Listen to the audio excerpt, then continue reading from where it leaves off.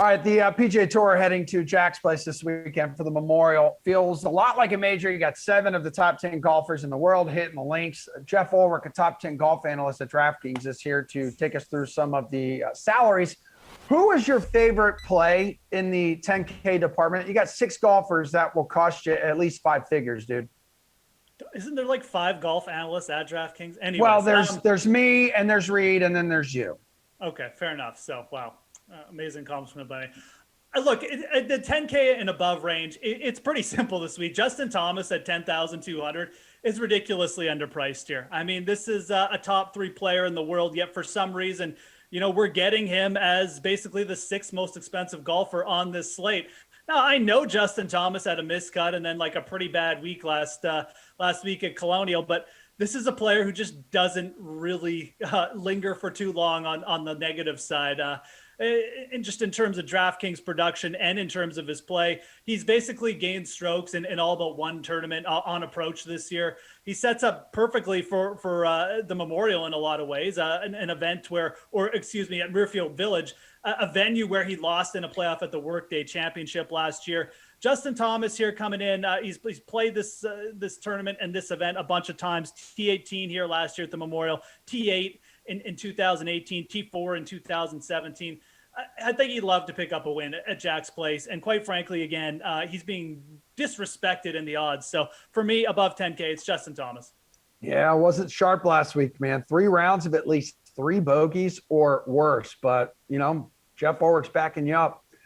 You better deliver. 8 or 9K here. Who do you like? Yeah, well, I mean, again, and this is the 8K range is really easy for me because my guy's sitting there at 8,500, Louis Oosthuizen, coming off a T2 at the PGA Championship. Another player who sets up very good. Don't shake your head at me, Emerson. I'd like to.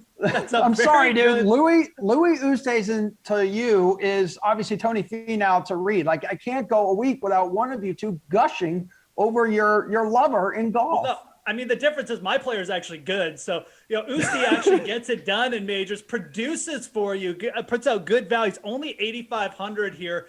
It's the top 10 player in terms of putting and around the green stats. And look, bogey avoidance at Muirfield Village is a huge thing. Usti ranks top 10 in that as well. He's just playing good. He's gained over 5 strokes on his approaches in his last couple of events as well. This is very much a good course for him. You want Usti at the tough courses. He finished all right here last year. Wasn't even playing that good. Still made the cut at Muirfield. So I think at 8,500, you keep riding that train until the wheels fall off. Currently leads the tour in strokes gained putting.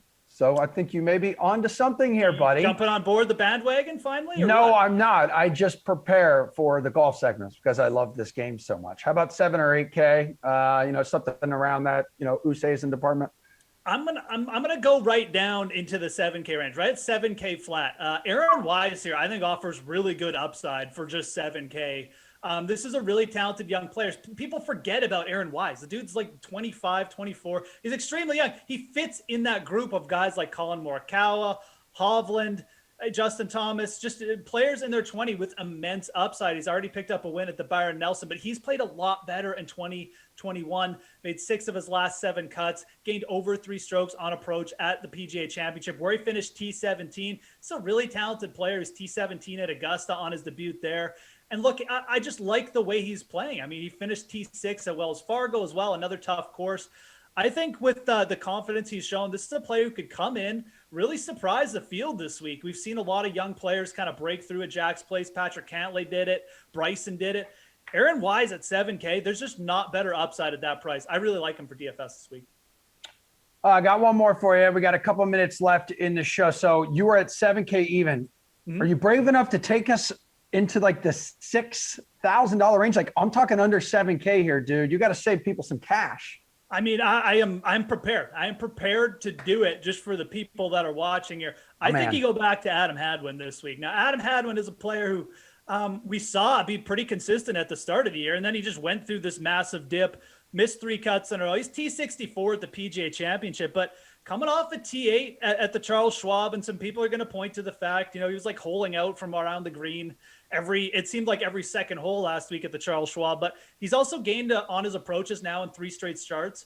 And when Adam Hadwin hits his irons consistently, he can get around the green and putt with the best of them. I think Muirfield Village, again, just a really good setup for a guy like Hadwin, because he's going to gain strokes on the field, probably with his putter and probably around the greens. And that is just a huge part of getting around Muirfield, where bogey avoidance is key. So I really love Adam Hadwin at 6,700. I think you stay on him for one more week.